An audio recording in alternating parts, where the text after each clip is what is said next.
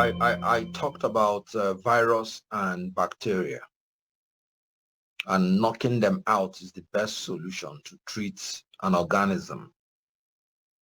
Whoever tells you that Igbo people are free from the virus and bacteria of what is happening in Nigeria is telling you a lie. Now, when Peter Obi came in the first time to become governor, his election was rigged. Who rigged the election? Because somebody came out openly to say, I want to confess I was the one who rigged the election. It wasn't a Yoruba man, it wasn't a Northerner. Good. They went to courts. The people that gave him judgment in all the courts he went to, they were not Igbo men. So you see, you have to analyze the problem. The problem we have in Nigeria is not outside Igbo Yoruba, it's the elite class of all tribes and all religion. When you get to Israel, the analogy you made, there are more Christians in Palestine than there are in Israel. You have Arab Israelis who are Israelis. The problem is that you have an organization that is engrossed in their theological belief that they own the Palestinian land and that the Jews do not have the right to exist. These are two different things. If you have an election in Palestinian land, majority of the people will say they don't agree with that philosophy. But when people use the force of arm and take over power, they become the alter ego of the organization. So please, I have told you, if you are somebody, the kind of administration you should be looking for is the one that should suit your nature and your nurture. We are traders. We are travelers. Do you know that what the white Jews are fighting for till today, till tomorrow, is land?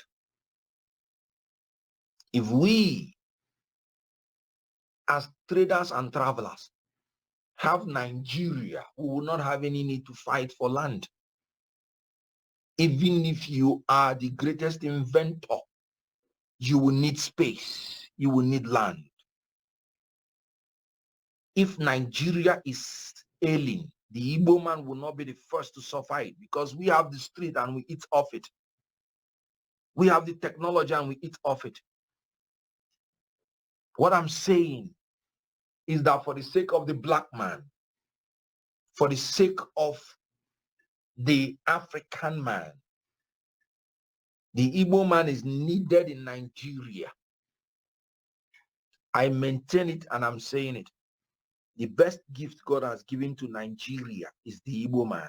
And the best land God has given to the Igbo man is Nigeria. So both of them are symbiotic.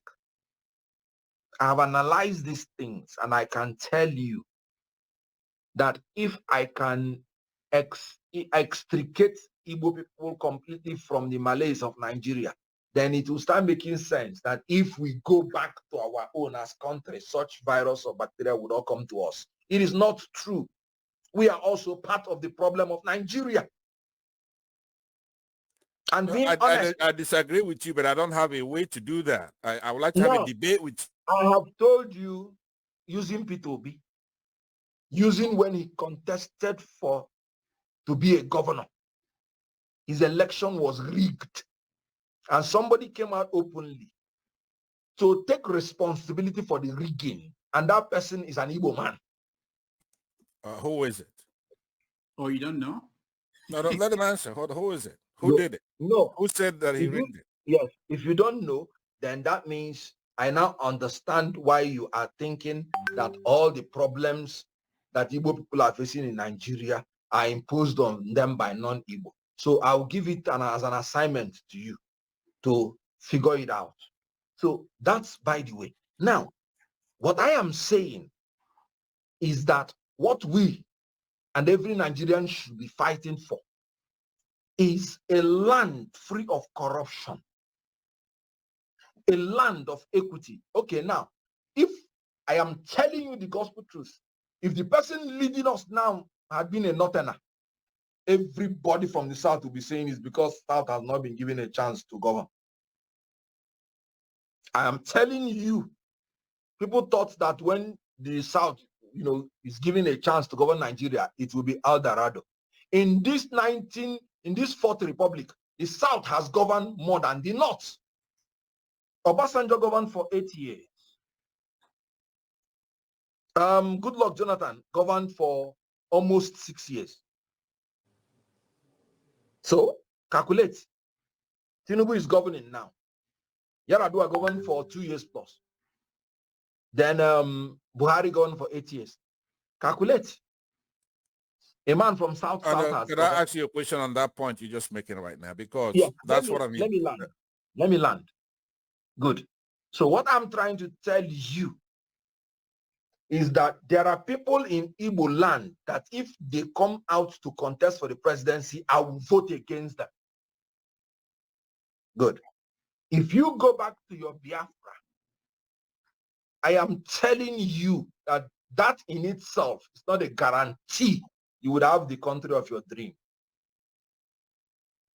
I do not support, I have said it before, shrinking myself when I can get what I want in a larger space, because I have analyzed it, and the problem of Ndi Igbo in Nigeria is not because they are Igbo. In other words, nobody is maltreating you now because you are Igbo. Why am I saying that?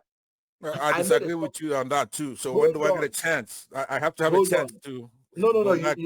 Let me finish. What I'm saying. I have given you an example. I made a success out of Nollywood. I am still Igbo. If it is only the Igbos that patronized me, I wouldn't be a success. In the last African Cup of Nations Cup that we went to compete on, there might be up to 12 Igbos in that lineup. So what you are saying, that is marginalization in a democracy, is lack of unity amongst you. And I, being a member of the 2023 campaign team, the first problem we had was the elites of Igbo land. They were even telling Igbo that if you vote for Obi, it will be a waste, that they will waste their vote. Igbo elites, right from his own governor. So seeing all these things, how would you convince me that a majority tribe is not doing well politically in Nigeria, and you want to point accusing figure on others? No. We have what it takes, if we have unity amongst ourselves, to achieve whatever political thing we need in Nigeria. When you talk about spread, it is only Igbo people as a tribe that can have the spread to influence election in every state in this country. So if you are not united, sorry, you cannot blame other people. That lack of unity will follow you back to whatever smaller country you want to build and still ruin it.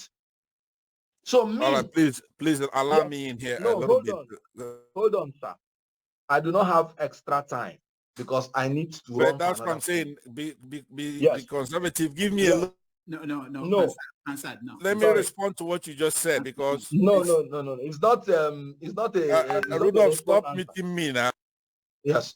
What I am saying as a way to conclude is that my own opinion is that we are better off in a united Nigeria based on equity, justice, and fairness.